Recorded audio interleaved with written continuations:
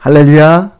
주 안에서 살아가는 성도님들, 오늘은 9월 30일 수요일 시편을 애쓰다 17일차를 맞는 날입니다. 시편은 34편 한 편을 쓰게 될 겁니다. 더불어서 특별히 내일 시편 35편 해설에는 특별 게스트를 모시게 되었습니다. 왜냐하면 추석맞이 특별 게스트를 제가 초대를 했고, 그 특별 게스트가 내 인생의 시편이라는 주제로 딱 5분 정도 우리 성도님들에게 시편의 말씀을 잠시 나누고, 그 뒤에 이어서 제가 간략하게 시편 35편의 말씀을 해설하도록 하겠습니다. 그러니 여러분, 오늘도 기대하시고 내일은 더 기대하시고, 이제 시편 34편 시작해 보도록 하겠습니다.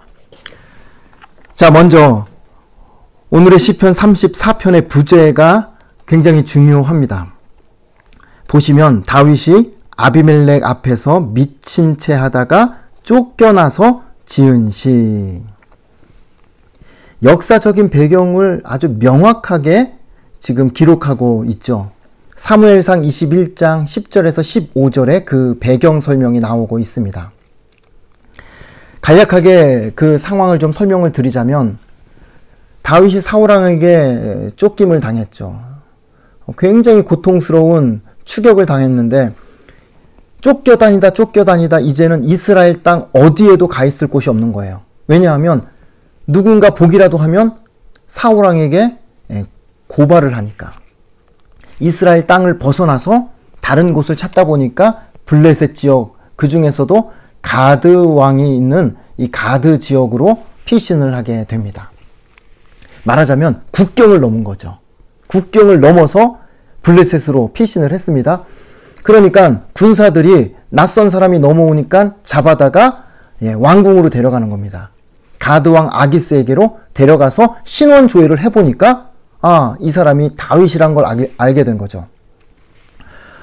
그런데 문제는 뭐냐면, 신하들이, 이 가드 왕 아기스의 신하들이 왕에게 계속해서 반복적으로 했던 이야기가 무엇이냐면, 다윗은 위험한 사람입니다. 살려두면 안 됩니다.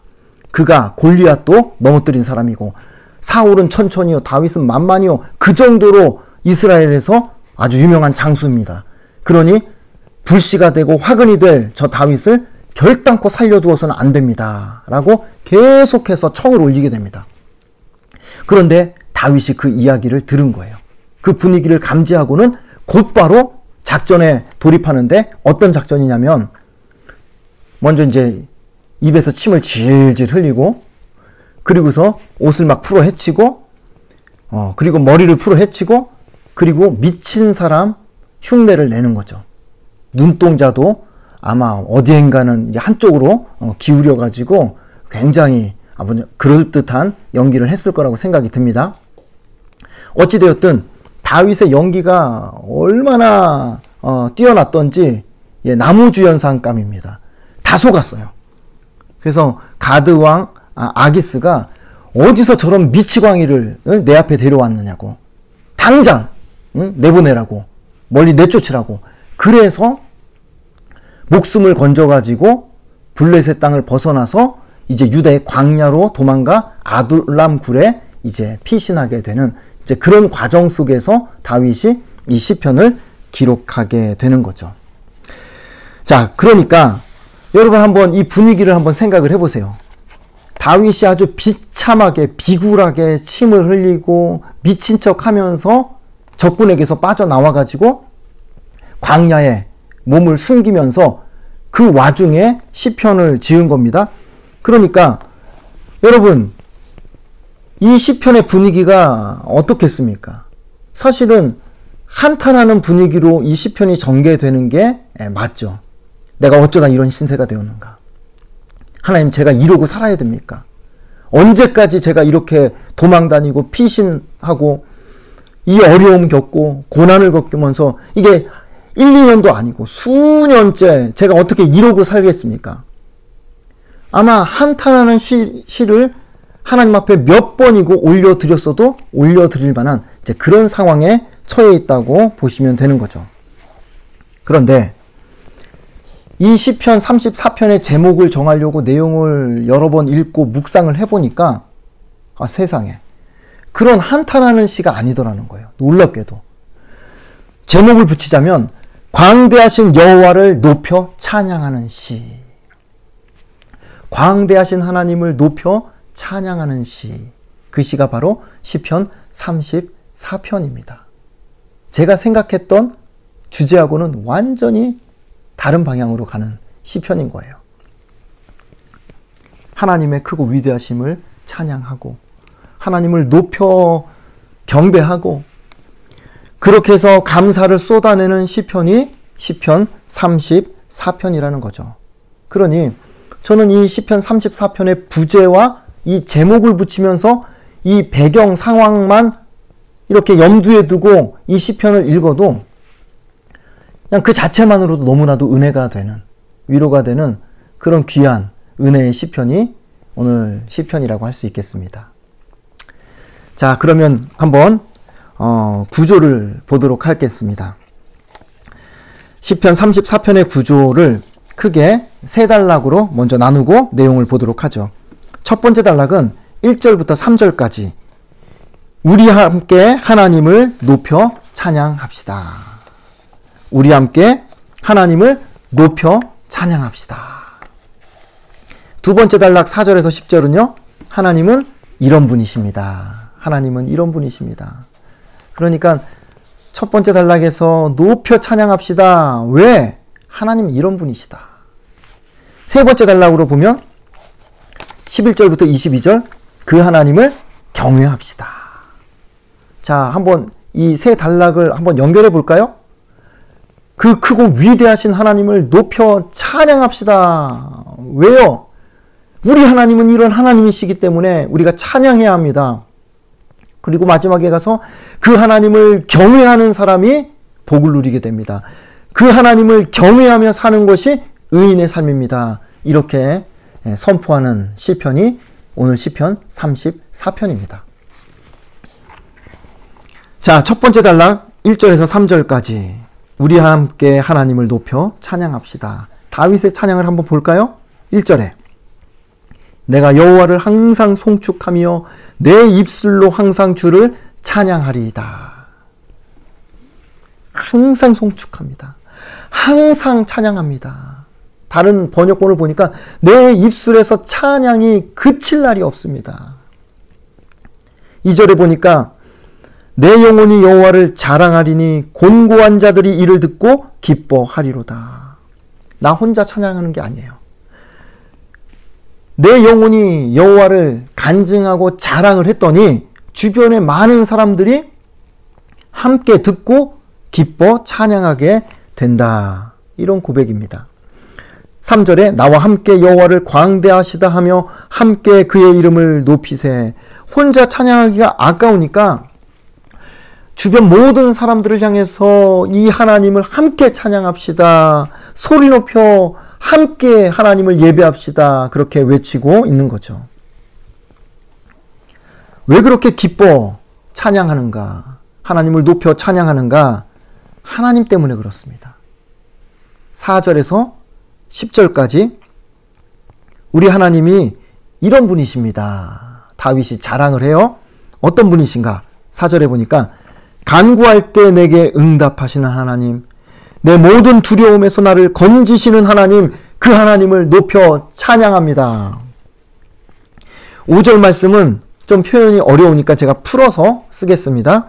주를 바라보는 사람의 얼굴을 빛나게 하시는 하나님, 주를 바라보는 사람의 얼굴을 부끄럽게 하지 않으시는 하나님, 그 하나님을 높여 찬양합니다. 우리 하나님이 저와 여러분의 얼굴 부끄럽지 않게 하시는 하나님이라고 다윗은 찬양하고 있습니다. 6절에 곤고한 사람이 부르짖을 때 들으시는 하나님, 그를 모든 환난에서 구원하시는 하나님, 그 하나님을 높여 찬양합니다. 7절은요. 주를 경외하는 사람을 둘러 진치고, 둘러 진친다는 것은 비유하자면 완전히 보호막을 치시는 거죠. 그리고 건지시는 하나님이 되신다. 그 하나님을 높여 찬양합시다. 8절은요. 하나님께 피할 때 보호하시는 선하신 하나님, 그 하나님을 높여 찬양합니다. 9절 10절은 하나님을 경외하는 자를 만족해 하시는 하나님, 9절에도 부족함이 없도다, 10절에도 부족함이 없으리로다. 경외하는 자를 부족함 없는 인생으로 만족시켜 주시는 그 하나님을 높여 찬양합니다. 다윗이 가드왕에게서 비참하게 간신히 목숨을 건져가지고 광야로 도망 나와가지고 신세한탄하지 않고, 여러분, 하나님을 이렇게 기쁨으로 높여 찬양하고 있는 이 다윗의 신앙 고백을 한번 보십시오. 얼마나 이 찬양이 하나님의 귀에 아름답게 들렸겠는가. 하나님께서 이런 다윗을 바라보시면서 얼마나 기쁘게 그의 예배를, 찬양을 받으셨겠는가 하는 것입니다.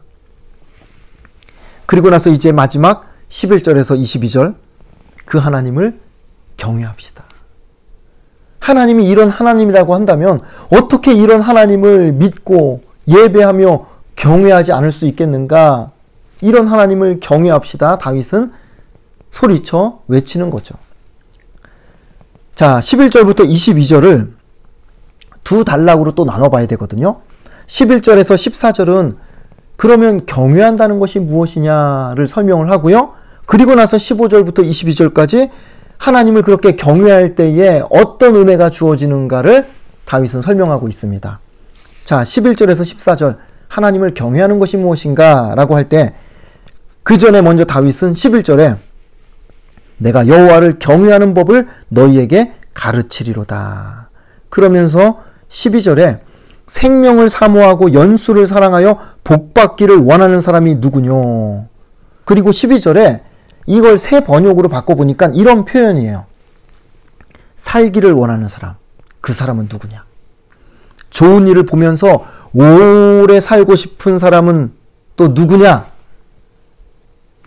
그 사람은 바로 하나님을 경외하는 사람이 되어야 한다. 이 말씀을 하는 거예요. 그러면 하나님을 경외하는 사람은 어떻게 살아야 되는가? 13절에 혀로 악한 말을 하지 말아야 합니다. 입술로 거짓말을 하지 말아야 합니다. 14절에 악을 피하고 선을 행해야 합니다. 화평을 추구해야 합니다. 하나님을 경외하는 사람은 바로 이러한 삶을 사는 사람입니다. 다윗이 이렇게 선포하고 있습니다. 그리고 나서 이제 15절부터 22절 마지막까지 하나님을 그렇게 경외하는 의인의 삶이 얼마나 복된가. 하나님께서 그렇게 하나님을 경외하는 의인의 삶을 어떻게 책임져 주시는가, 어떤 은혜를 베풀어 주시는가, 그 내용을 우리가 함께 보게 될 것입니다. 15절에 여호와의 눈이 의인을 향합니다. 여러분, 하나님이 그 의인을 계속해서 주시하고 계신다는 거예요. 하나님의 시선이 하나님을 경외하는 의인을 향해 이렇게 고정이 되신다는 거예요. 왜요? 뭘 감시하려고 하는 게 아니라 보살피시려고.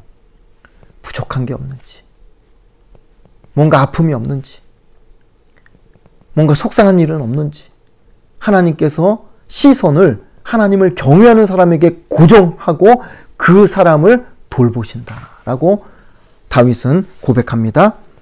그렇게 시선을 고정하다가 15절 후반부에 의인의 부르짖음에 귀를 기울이십니다. 그렇게 살펴보니까 하나님을 경외하는 그 의인이 하나님께 간절히 부르짖습니다. 그러면 들으신다는 거예요. 귀를 기울이신다는 거예요. 몸을 기울여서 그 사람이 무슨 말을 하는지, 뭐라고 하소연하는지 들으신다는 거예요. 그리고 16절에 여호와의 얼굴이 악인을 향합니다. 여호와의 시선이 의인을 향한다고 15절은 말씀했는데 16절에 여호와의 얼굴이 향한다는 것과 눈이 향한다는 것 비슷한 말입니다. 의인도 쳐다보시네요. 의인도 주목하십니다. 그런데 목적이 달라요. 악인을 주목하는 이유, 하나님의 얼굴이 악인을 향하는 이유가 무엇입니까? 자취를 지워버리시죠. 아주 무서운 표현을 16절에서 표현하고 있죠. 그들의 자취를 이 땅에서 완전히 그냥 지워버리시려고, 심판하시려고, 벌 주시려고. 여호와의 얼굴이 악인을 향한다. 17절은 의인의 부르짖음을 들으십니다. 모든 환난에서 건지십니다. 누구를요? 하나님을 경외하는 의인을. 18절에 마음이 상한 자를 가까이 하십니다. 충심으로 통회하는 자, 애통해하는 자를 구원하시는 하나님이 되십니다. 그리고 19절에 고난이 많은 의인을 하나님께서 건져주십니다. 20절에 의인의 모든 뼈, 이 뼈를 이야기하는 것은 그 사람의 존재 전체를 의미한다고 보시면 됩니다. 사람의 몸에 이 뼈가 전체를 이렇게 구성하고 있지 않습니까? 그 모든 뼈라는 것은 그 사람의 존재 전체를 하나님께서 보호하시겠다라는 뜻이죠. 뼈들 가운데 하나도 꺾이지 않도록 지켜주시겠다. 질병이나 박해로부터 보호하시겠다는 하나님의 의지입니다. 21절에 의인을 미워하는 자들을 가만히 두지 않으십니다. 여러분, 이게 얼마나 든든한 하나님의 약속인지 몰라요. 하나님을 경외하는 사람을요, 괴롭히잖아요. 하나님께서 그렇게 괴롭히는 악인을 그냥 보고만 있지 않으신다는 거예요. 마치 비유하자면 하나님께서 우리를 등 뒤에 숨기시고 얘들 건들지 마라. 머리털 하나라도 상하게 하면 내가 너희들 가만두지 않는다. 하나님께서 그렇게 마치 경고하듯이 하나님께서 우리를 철저하게 책임지시고 보호하시겠다는 그런 하나님의 보호하심을 약속하고 있는 말씀입니다. 22절에 하나님의 종들, 반복해서 이 하나님의 종들은 의인이고 경건한 자들입니다. 하나님을 경외하는 사람입니다. 이렇게 하나님의 종들, 의인이요 하나님을 경외하는 사람들을 하나님께서 구원하십니다. 죄의 형벌에서 자유케 하신다고 약속을 하시죠. 그러니 여러분, 이런 하나님을 어떻게 경외하지 않을 수 있겠는가? 다윗은 소리 높여 찬송하고 있는 겁니다. 저는 이제 시편 34편을 이렇게 정리하면서 오늘은 그런 묵상을 해보게 됩니다. 시편을 계속해서 이렇게 묵상하다 보니까요, 벌써 오늘이 17일차라고 말씀드렸잖아요. 하루도 빠짐없이 시편을 2편에서 3편 또는 1편 계속해서 이렇게 묵상하다 보니까 생겨나는 놀라운 현상이 일어나는데, 그 놀라운 현상이 무엇이냐면 제 안에 하나님을 좋아하는 마음이 막 커지기 시작하는 거예요. 물론 예전에도 좋아했죠. 그런데 이번에 특별히 시편을 계속해서 읽고 묵상하는 중에 하나님에 대해서 좋아하는 마음이 굉장히 이렇게 커졌어요. 하나님을 더 사랑하게 됐어요. 하나님을 깊이 더 생각하는 시간을 더 많이 갖게 됐어요. 이게 너무나도 저에게는 큰 유익이고 복이라는 생각을 하게 됩니다. 여러분, 그런 거 경험해 보셔서 알 거예요. 어떤 사람이 홍길동 집사에 대해서 한두 사람이 아니라 막 10사람, 20사람, 30사람 홍길동 집사에 대해서 계속해서 반복해서 여러 사람이 똑같이 칭찬을 하고 좋은 소리를 하고 그 사람의 장점을 계속 이야기를 하잖아요. 그러면 나는 사실 홍길동 집사가 누군지도 잘 몰라요. 홍길동 집사와 친분이 있는 것도 아니에요. 그런데 나도 모르는 사이에 홍길동 집사에 대해서 호감이 생겨요.